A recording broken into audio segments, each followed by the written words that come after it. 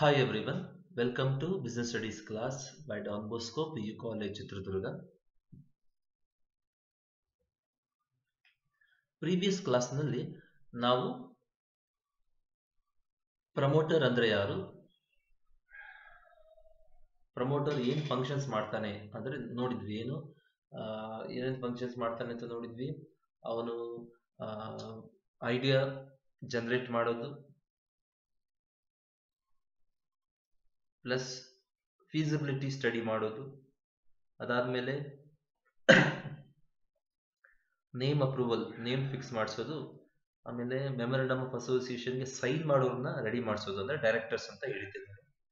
ಪ್ರೊಫೆಷನಲ್ಸ್ನ appoint ಮಾಡೋದು, brokers, underwriters and ಬ್ಯಾಂಕರ್ಸ್ನ.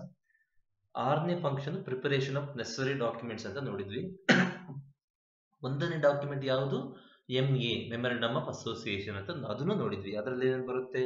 Memorandum of association ಅಲ್ಲಿ name clause ಇರುತ್ತೆ, company name.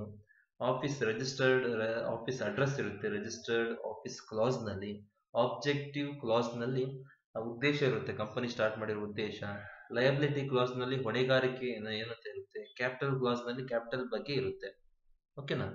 ಈಗ 2ನೇ ಡಾಕ್ಯುಮೆಂಟ್ ಬಗ್ಗೆ ನೋಡೋಣ, that is articles of association. ಓಕೆನಾ? 2ನೇ ಡಾಕ್ಯುಮೆಂಟ್, ಇದೆಲ್ಲ ಇಂಪಾರ್ಟೆಂಟ್ ಡಾಕ್ಯುಮೆಂಟ್ಸ್. 1ನೇದು ಮೆಮೊರಂಡಮ್ ಆಫ್ ಅಸೋಸಿಯೇಷನ್ MA, 2ನೇದು ಆರ್ಟಿಕಲ್ಸ್ ಆಫ್ ಅಸೋಸಿಯೇಷನ್. ಓಕೆನಾ?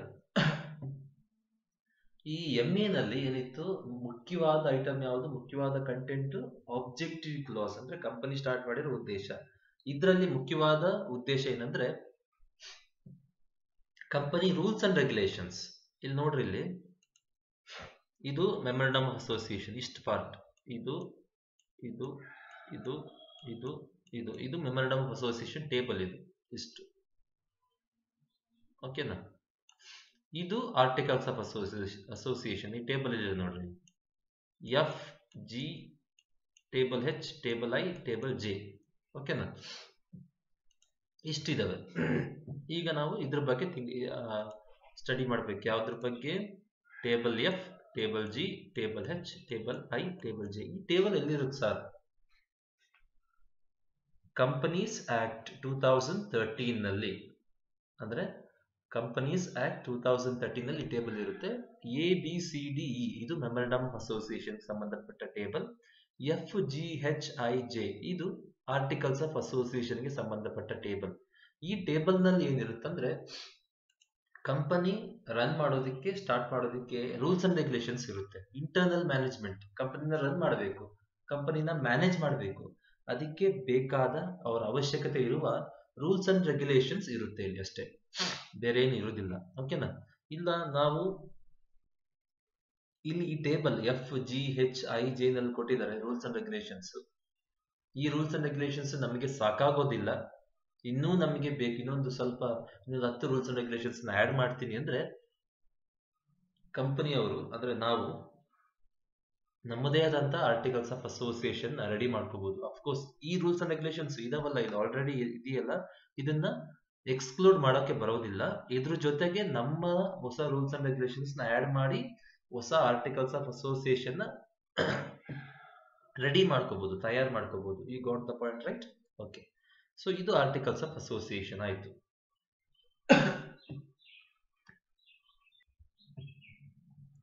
ನೆಕ್ಸ್ಟ್ ಡಾಕ್ಯುಮೆಂಟ್, 3ನೇ ಡಾಕ್ಯುಮೆಂಟ್ ಏನಂದ್ರೆ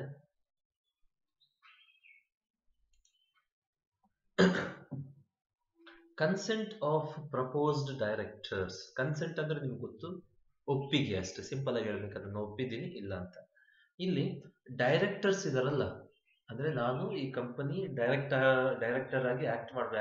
ಆಕ್ಟ್ ಅಂದ್ರೆ ಪಿಕ್ಚರ್ ಆಕ್ಟ್ ಮಾಡೋದಲ್ಲ, ನಾನು ಈ ಕಂಪನಿ ನಲ್ಲಿ ಡೈರೆಕ್ಟರ್ ಆಗಿ ಕೆಲಸ ಮಾಡಕ್ಕೆ ಇಷ್ಟಪಡ್ತೀನಿ, ಒಪ್ಪಿಗೆ ಇದೆ ಅಂತ ಒಂದು ಒಪ್ಪಿಗೆ ಪತ್ರನ ಪಡಿಬೇಕಾಗುತ್ತೆ. ನಾಳೆ ಅವರು ಕೈ ತೊಳ್ಕೊಳಕ್ ಮುಂದೆ ಬರ್ಬೋದು. ಏನಾದ್ರೂ ಹೆಚ್ಚು ಕಮ್ಮಿ ಆಗಿ ಕಂಪನಿ ಲಾಸ್ ಆದಾಗ, ಇಲ್ಲ ನನಗೆ ಇಷ್ಟ ಇರ್ಲಿಲ್ಲ, ನನ್ನ ಡೈರೆಕ್ಟರ್ ಆಗಿ ಫೋರ್ಸ್ ಮಾಡಿ ಡೈರೆಕ್ಟರ್ ಮಾಡಿದ್ರು ನನ್ನ,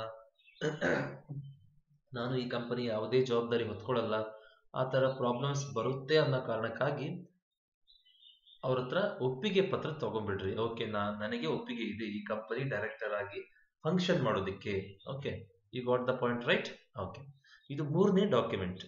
ನಾಲ್ಕನೇ ಡಾಕ್ಯುಮೆಂಟ್ ಏನಂದ್ರೆ ಅಗ್ರಿಮೆಂಟ್. ಈ ನೋಡ್ರಿ ನಾವ್ ಹೇಳಿದ್ನಲ್ಲ, ಈ ಕಂಪನಿ ಸ್ಟಾರ್ಟ್ ಆದ ತಕ್ಷಣ MD ಅಪಾಯಿಂಟ್ ಮಾಡ್ತೀವಿ, MD ಮ್ಯಾನೇಜಿಂಗ್ ಡೈರೆಕ್ಟರ್. ಪ್ಲಸ್ ಅದ್ರ ಜೊತೆಗೆ ಇನ್ಯಾರನ್ನ ಅಪಾಯಿಂಟ್ ಮಾಡಬೇಕಾಗುತ್ತೆ, ಚಾರ್ಟೆಡ್ ಅಕೌಂಟೆಂಟ್. ಅಂದ್ರೆ ಶೇರ್ಸ್ ಇಶ್ಯೂ ಮಾಡೋದಕ್ಕೆ ಈ ರಿಜಿಸ್ಟ್ರೇಷನ್ ಈ ಸಂಬಂಧಪಟ್ಟ ಡಾಕ್ಯುಮೆಂಟ್ಸ್ ರೆಡಿ ಮಾಡೋದಕ್ಕೆ ಚಾರ್ಟೆಡ್ ಅಕೌಂಟೆಂಟ್, ಈ ಪ್ಲಸ್ ಅಪ್ಲಿಕೇಶನ್ ಫಾರ್ಮ್ ದುಡ್ಡು ಕಲೆಕ್ಟ್ ಮಾಡೋದಕ್ಕೆ ಬ್ಯಾಂಕರ್ಸ್, ಶೇರ್ಸ್ ನ ಮಾರೋದಕ್ಕೆ ಬ್ರೋಕರ್ಸ್, ಅಂದ್ರೆ ಕಂಪನಿನ ಮ್ಯಾನೇಜ್ ಮಾಡೋದಕ್ಕೆ MD ಮ್ಯಾನೇಜಿಂಗ್ ಡೈರೆಕ್ಟರ್ಸ್. ಇಷ್ಟು ಪ್ರೊಫೆಷನಲ್ಸ್. ಅಫ್ಕೋರ್ಸ್ ಇನ್ನೂ ಬೇಕಾಗುತ್ತೆ, ಇಂಪಾರ್ಟೆಂಟ್ ಒನ್ಸ್ ನ ಹೇಳ್ತಾ ಇರೋದು.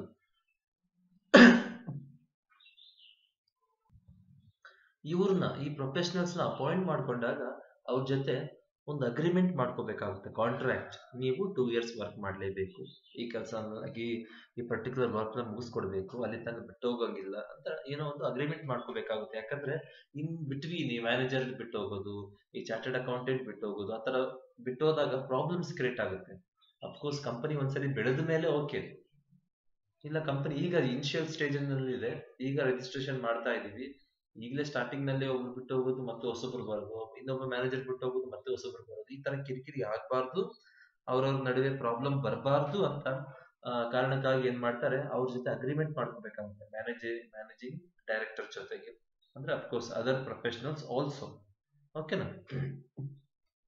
ನೆಕ್ಸ್ಟ್ ಡಾಕ್ಯುಮೆಂಟ್ ಏನಂದ್ರೆ ಸ್ಟ್ಯಾಟ್ಯುಟರಿ ಡಿಕ್ಲರೇಷನ್. ಸ್ಟ್ಯಾಟ್ಯುಟರಿ ಡಿಕ್ಲರೇಷನ್ ಏನಿದು? ಡಿಕ್ಲರೇಷನ್ ಅಂದ್ರೆ ನೋಡ್ರಿ, ಎಲ್ಲಾ ಡಾಕ್ಯುಮೆಂಟ್ಸ್ ಲೀಗಲ್ ಆಗಿ ರೆಡಿ ಮಾಡಿದ್ದಾರೆ. ಅಂದ್ರೆ ಏನೇನು ರಿಜಿಸ್ಟ್ರೇಷನ್ಗೆ ಸಂಬಂಧಪಟ್ಟ ಡಾಕ್ಯುಮೆಂಟ್ಸ್ನೆಲ್ಲ ವೆರಿಫೈ ಮಾಡಿ ಅದೆಲ್ಲ ರೆಡಿ ಮಾಡಿದ್ದಾರೆ. ಓಕೆನಾ? ಲೀಗಲ್ ಪ್ರೊಸೀಜರ್ಸ್ನೆಲ್ಲ ಫಾಲೋ ಮಾಡಿದ್ದಾರೆ, ಮತ್ತೆ ಡಾಕ್ಯುಮೆಂಟ್ಸ್ ರೆಡಿ ಮಾಡಿ ರಿಜಿಸ್ಟ್ರಾರ್ಗೆ ಸಬ್ಮಿಟ್ ಮಾಡಿದ್ದಾರೆ ಅಂತ ಒಂದು ಸ್ಟೇಟ್ಮೆಂಟ್ ಕೊಡಬೇಕಾಗುತ್ತೆ.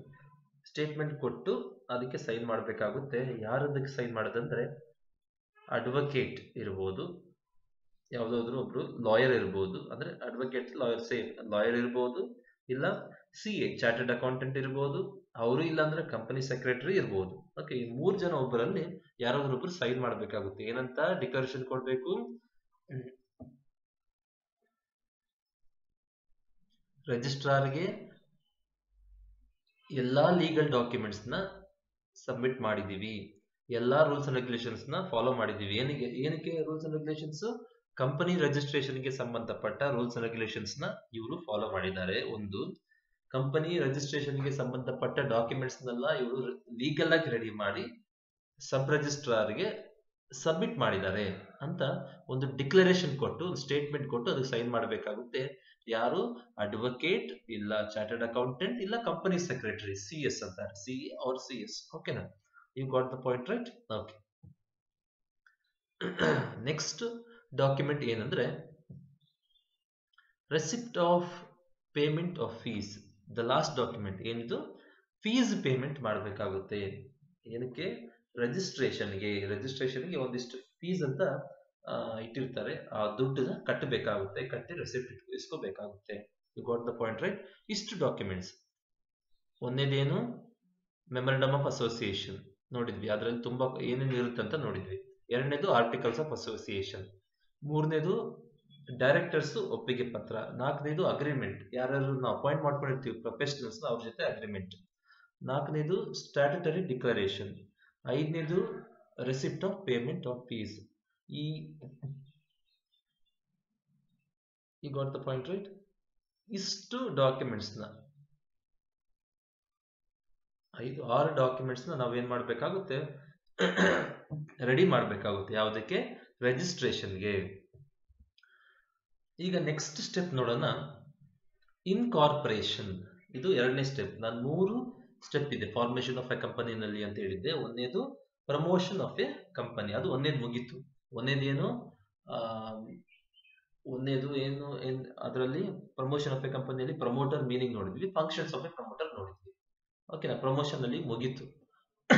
ಐಡಿಯಾ ಇದು ಮಾಡೋದು, ಫೀಸಿಬಿಲಿಟಿ ಸ್ಟಡಿ ಮಾಡೋದು, ಆಮೇಲೆ ಪ್ರೊಫೆಷನಲ್ಸ್ ಅಪಾಯಿಂಟ್ ಮಾಡ್ಕೊಳ್ಳೋದು, ಅದಾದ್ಮೇಲೆ ಇನ್ನೇನು ನೋಡಿದ್ವಿ? ಪ್ರೊಫೆಷನಲ್ಸ್ ಅಪಾಯಿಂಟ್ ಮಾಡಿ ಆದ್ಮೇಲೆ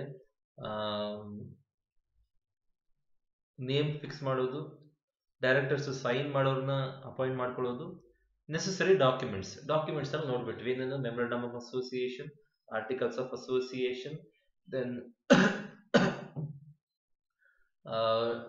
ಡೈರೆಕ್ಟರ್ಸ್ ಒಪ್ಪಿಗೆ ಪತ್ರ, ಪ್ರೊಫೆಷನಲ್ ಜೊತೆ ಅಗ್ರಿಮೆಂಟ್, ಆಮೇಲೆ statutory declaration, receipt payment fees ಮಾಡಿರೋ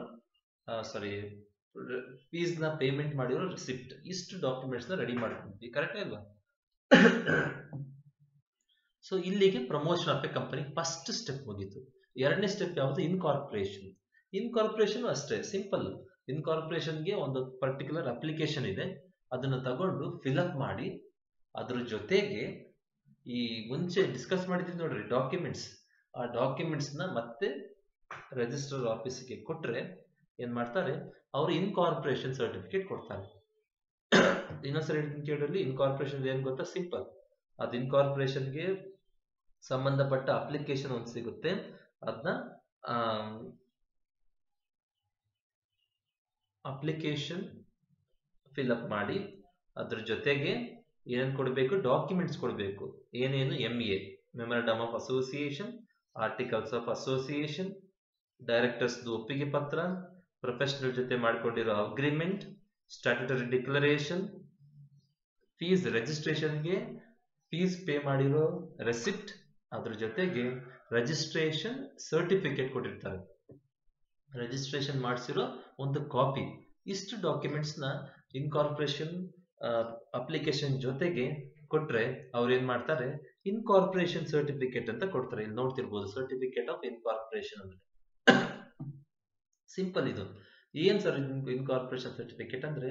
ನಾವು ಹುಟ್ಟಿದಾಗ ಹಾಸ್ಪಿಟಲ್ ನಲ್ಲಿ ಬರ್ತ್ ಸರ್ಟಿಫಿಕೇಟ್ ಕೊಡ್ತಾರೆ, ನಾವು ಹುಟ್ಟಿರೋದಕ್ಕೆ ಒಂದು ಸರ್ಟಿಫಿಕೇಟ್ ಕೊಡ್ತಾರೆ. ಅದೇ ತರ ಕಂಪನಿ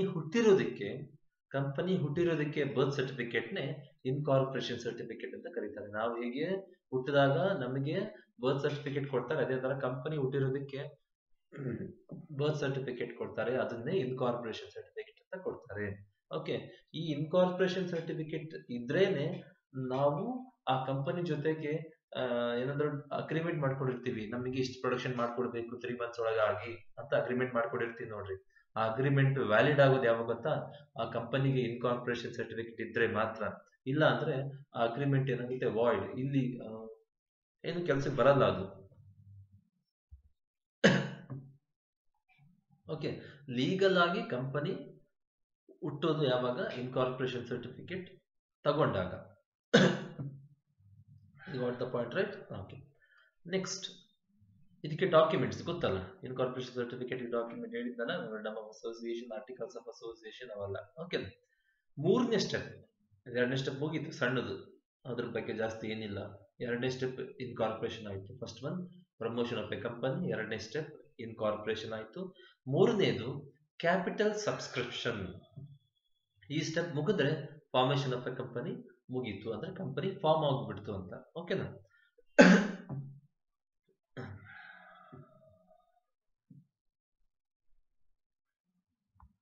ಈ ಕ್ಯಾಪಿಟಲ್ ಸಬ್ಸ್ಕ್ರಿಪ್ಷನ್ಗೆ ಕೆಲವೊಂದು ಸ್ಟೆಪ್ಸ್ ನಾವು ಫಾಲೋ ಮಾಡಬೇಕಾಗುತ್ತೆ. ಅಂದ್ರೆ ಕ್ಯಾಪಿಟಲ್ ನ ಪಬ್ಲಿಕ್ ಇಂದ ಕಲೆಕ್ಟ್ ಮಾಡ್ಕೊಳ್ಳೋದಕ್ಕೆ. ಇದು ಪ್ರೈವೇಟ್ ಕಂಪನಿಗೆ ಅಲೋ ಇಲ್ಲ, ಪಬ್ಲಿಕ್ ಕಂಪನಿಗೆ ಮಾತ್ರ ಸಾಧ್ಯ ಇರೋದು. ಏನ್ ಸಾಧ್ಯ?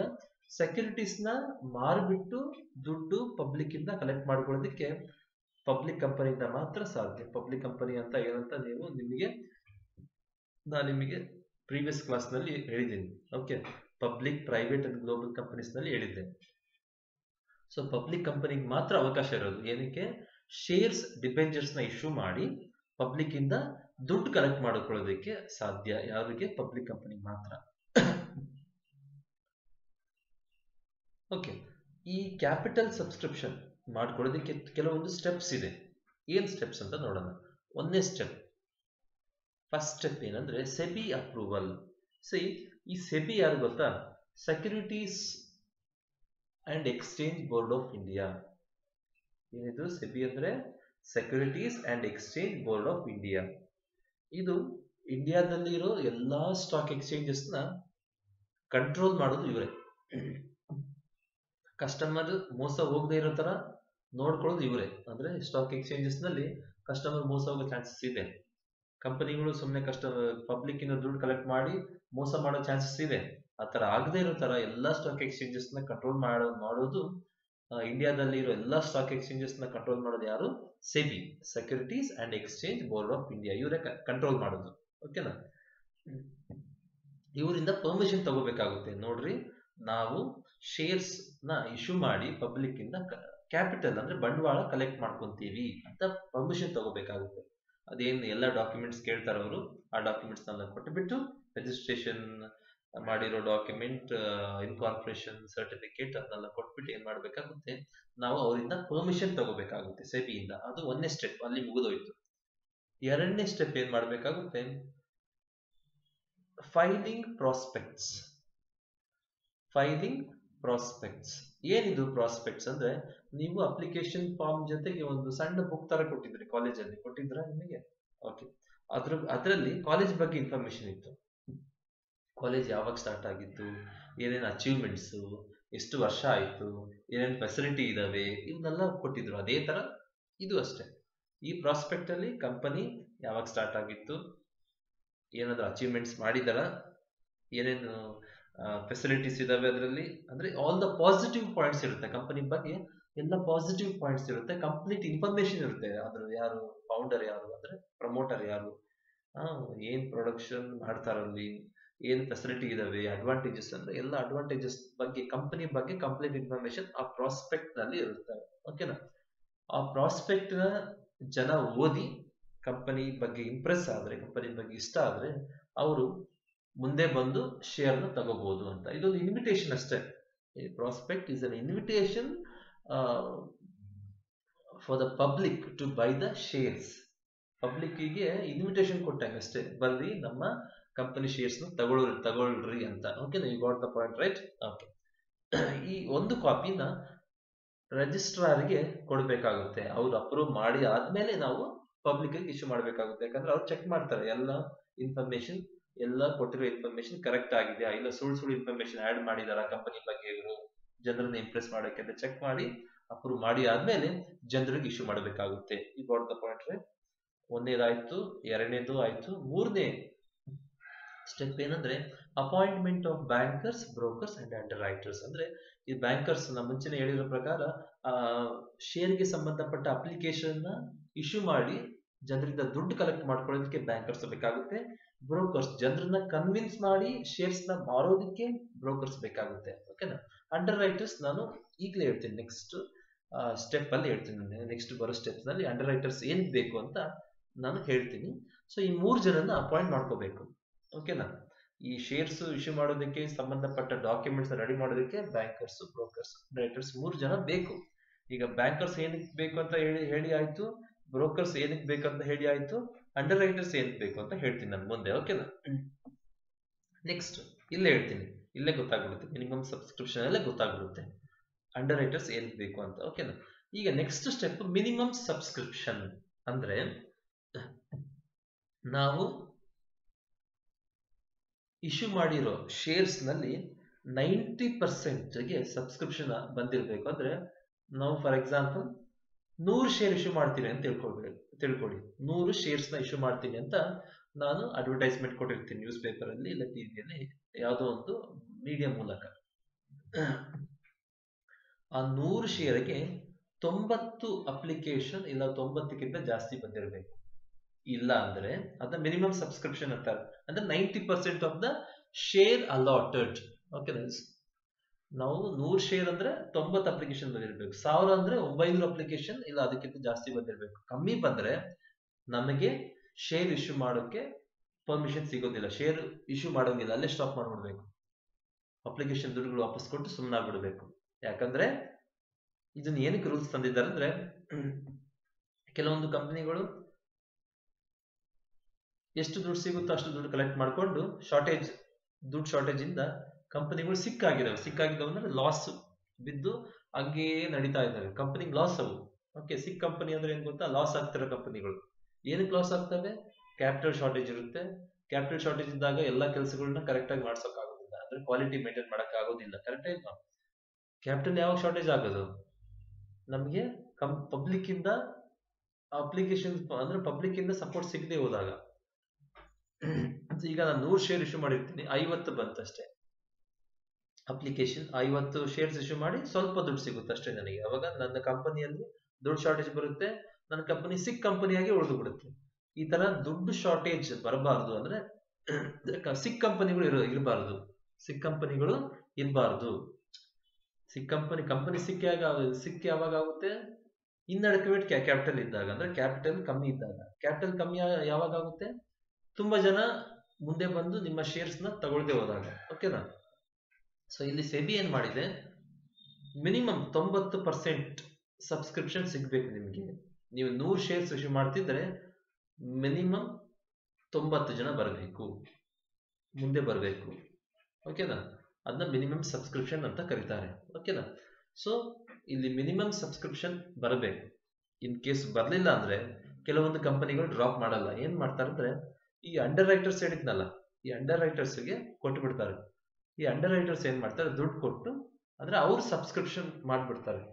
ಆಮೇಲೆ ಮುಂದೆ ಅವ್ರು ಏನ್ ಮಾಡ್ತಾರೆ, ಸ್ವಲ್ಪ ಜಾಸ್ತಿ ಕಂಪನಿ ಚೆನ್ನಾಗಿ ಬೆಳೆದಾಗ ಜಾಸ್ತಿ ದುಡ್ಡಿಗೆ ಬೇರೆಯವರಿಗೆ ಮಾರ್ಕೊತಾರೆ ಅಷ್ಟೇ. ಈ ಮಿನಿಮಮ್ ಸಬ್ಸ್ಕ್ರಿಪ್ಷನ್ ಅನ್ನೋ ಸ್ಟೆಪ್ ನ ಫಾಲೋ ಮಾಡೋದಕ್ಕೆ ಈ ಅಂಡರ್ ರೈಟರ್ಸ್ ನ ಇಟ್ಟಿರ್ತಾರೆ. ಯಾಕಂದ್ರೆ ಫಾರ್ ಎಕ್ಸಾಂಪಲ್ ನೀವು 100 ಶೇರ್ ಇಶ್ಯೂ ಮಾಡ್ತಾ ಇದ್ದೀರ ಅಂತ ತಿಳ್ಕೊಳ್ಳಿ, ಬೇರೆ 80 ಅಪ್ಲಿಕೇಶನ್ ಬಂದಿರುತ್ತೆ, ಇನ್ನು 10 ಶಾರ್ಟೇಜ್ ಇದೆ. ಈ 10ನ ಯಾರು ತಗೊಂತಾರೆ? ಅಂಡರ್ ರೈಟರ್ಸ್ ತಗೊಂತಾರೆ. ಸೊ ಅದಕ್ಕೆ ಅಪಾಯಿಂಟ್ ಮಾಡ್ತಾರೆ. ಅವಾಗ 10 ತಗೊಂಡ್ಬಿಟ್ರೆ ನಾವು ಈ ಪ್ರೋಸೆಸ್ ನ ಫುಲ್ಫಿಲ್ ಮಾಡ್ದಂಗೆ, ಅಂದ್ರೆ ಸೆಬಿ ಕೊಟ್ಟಿರೋ ರೂಲ್ಸ್ ನ ಫಾಲೋ ಮಾಡ್ದಂಗೆ. ಓಕೆನಾ? ಸೆಬಿ ಏನು ಕೊಟ್ಟಿದೆ, ಸಿಕ್ ಕಂಪನಿಗಳಾಗಬಾರ್ದು ಅಂತ. ಸಿಕ್ ಕಂಪನಿ ಏನಕ್ಕಾಗುತ್ತೆ? ಅಮೌಂಟ್ ಶಾರ್ಟೇಜ್ ಬಂದಾಗ. ಓಕೆ, ಅಮೌಂಟ್ ಶಾರ್ಟೇಜ್ ಬರಬಾರ್ದು. ಓಕೆನಾ? ಅಮೌಂಟ್ ಶಾರ್ಟೇಜ್ ಇಟ್ಕೊಂಡು ಸುಮ್ಮನೆ ಏನೋ ರನ್ ಮಾಡ್ಬೇಕು ಅಂತ ರನ್ ಮಾಡಿರ್ತಾರೆ, ಸಿಕ್ ಆಗುತ್ತೆ ಕಂಪನಿ ಲಾಸ್ ಅಲ್ಲಿ ಬಿದ್ದು ಅದೊಂದು ಹೊರೆ, ಅದು ಕಂಟ್ರಿಗೆ. ಕರೆಕ್ಟ್ ಅಲ್ವಾ? ಓಕೆ, ಕಂಟ್ರಿಗೆ ಅದೊಂದು ಹೊರೆ. ನೆಕ್ಸ್ಟ್ ಸ್ಟೆಪ್ ಏನಂದ್ರೆ, ಶೇರ್ ಮಿನಿಮಮ್ ಸಬ್ಸ್ಕ್ರಿಪ್ಷನ್ ಬಂತು, ಅಪ್ಲಿಕೇಶನ್ ಫಾರ್ಮ್ ಎಲ್ಲ ಬಂತು ಅಂತ ತಿಳ್ಕೊಳ್ಳಿ. ಅವಾಗ ಏನ್ ಮಾಡ್ಬೇಕಾಗುತ್ತೆ, ಶೇರ್ ನ ಅಲಾಟ್ ಮಾಡ್ಬೇಕಾಗುತ್ತೆ. ಅಂದ್ರೆ ಯಾರ್ಯಾರು ಅಪ್ಲಿಕೇಶನ್ ಫಾರ್ಮ್ ಹಾಕಿದ್ರು ಅವ್ರಿಗೆಲ್ಲ ನಾನು ಅವ್ರ ಹತ್ರ ದುಡ್ಡು ಇಸ್ಕೊಂಡು ಶೇರ್ ನ ಅಲಾಟ್ ಮಾಡ್ಬಿಡ್ತೀನಿ, ಕೊಟ್ಟು ಬಿಡ್ತೀನಿ. ನೋಡ್ರಿ, ನಿಮ್ಗೊಂದ್ ಶೇರ್, ನಿಮ್ಗೊಂದ್ ಶೇರ್, ನಿಮ್ಗೊಂದ್ ಶೇರ್ ಅಂತ. ಓಕೆನಾ? Okay, next step, last step ಏನಂದ್ರೆ, ಸ್ಟಾಕ್ ಎಕ್ಸ್ಚೇಂಜಸ್ಗೆ ಒಂದು ಸ್ಟೆಪ್ ಇದೆ. ಅಲಾಟ್ಮೆಂಟ್ ಆಫ್ ಶೇರ್ ಅಂದ್ರೆ ಶೇರ್ ನ ಅಲಾಟ್ ಮಾಡ್ತೀನಿ ಅಂತ ತಿಳ್ಕೊಳ್ಳಿ. ಅಲಾಟ್ ಮಾಡಿ ಆದ್ಮೇಲೆ ಅಪ್ಲಿಕೇಶನ್ 100 ಅಪ್ಲಿಕೇಶನ್ ಇಶ್ಯೂ ಮಾಡಿದಾಗ 100 ಬಂದಿದ್ರೆ ಓಕೆ, 200 ಬಂದಿತ್ತು, ಇನ್ನ 100 ಜನ ಹತ್ರ ನಾನು ಅಪ್ಲಿಕೇಶನ್ ದುಡ್ಡು ಇಸ್ಕೊಂಡಿದ್ದೆ, ಅದನ್ನೆಲ್ಲ ಶೇರ್ ಅಲಾಟ್ ಮಾಡಿ 30 ದಿವಸ ಒಳಗಾಗಿ ದುಡ್ಡು ವಾಪಸ್ ಕೊಡ್ಬೇಕು. ಅಪ್ಲಿಕೇಶನ್ ದುಡ್ಡು ಯಾರ್ಯಾರಿಗೆ ನೀವು ಅಲಾಟ್ ಮಾಡಿಲ್ಲ ಅವ್ರಿಗೆ. ನೀವು 100 ಶೇರ್ ಅಲಾಟ್ ಮಾಡ್ತೀವಿ ಅಂತ ಅಡ್ವರ್ಟೈಸ್ಮೆಂಟ್ ಕೊಟ್ಟಿದ್ದೀರಿ, 200 ಬಂದಿತ್ತು ಅಂತ ತಿಳ್ಕೊಳ್ಳಿ. ಅಂದ್ರೆ 100 ಜನ ಎಕ್ಸ್ಟ್ರಾ ಇದರಲ್ಲಿ. ನೀವು ಅಲಾಟ್ ಮಾಡೋ ಶೇರು 100 ಜನಕ್ಕೆ ಮಾತ್ರ. ಓಕೆ, 100 ಜನಕ್ಕೆ, 200 ಜನದಲ್ಲಿ 100 ಜನಕ್ಕೆ ಮಾತ್ರ ಅಲಾಟ್ ಮಾಡ್ತೀರಾ. ಇನ್ನ 100 ಜನಕ್ಕೆ ಅಲಾಟ್ ಮಾಡಿರಲ್ಲ ಅಂತವ್ರಿಗೆ ಅಪ್ಲಿಕೇಶನ್ ದುಡ್ಡನ್ನ ವಾಪಸ್ ಕೊಡ್ಬೇಕಾಗುತ್ತೆ. ಯಾವಾಗ? ಅಲಾಟ್ ಮಾಡಿರೋ ಡೇಟ್ ಇಂದ 30 ದಿವಸ ಒಳಗಾಗಿ. ಯಾರಿಗೆ ಅಲಾಟ್ ಮಾಡಿರಲ್ಲ ಅವರಿಗೆ ಅಪ್ಲಿಕೇಶನ್ ದುಡ್ಡು ವಾಪಸ್ ಕೊಡ್ಬೇಕು. ಕರೆಕ್ಟ್ ಅಲ್ವಾ? ಅಲಾಟ್ ಮಾಡಿರೋರಿಗೆ ಓಕೆ, ಅವ್ರಿಗೇನು ದುಡ್ಡು ವಾಪಸ್ ಬೇಡ, ಯಾಕಂದ್ರೆ ಅವ್ರಿಗೆ ಶೇರ್ ಸಿಕ್ಕಿದೆ. ಯಾರ್ಯಾರಿಗೆ ಶೇರ್ ಸಿಕ್ಕಿಲ್ಲ ಅವ್ರಿಗೆ ದುಡ್ಡನ್ನ ವಾಪಸ್ ಕೊಡ್ಬೇಕಾಗುತ್ತೆ. ಯಾವ ದುಡ್ಡು? ಅಪ್ಲಿಕೇಶನ್ ದುಡ್ಡನ್ನ.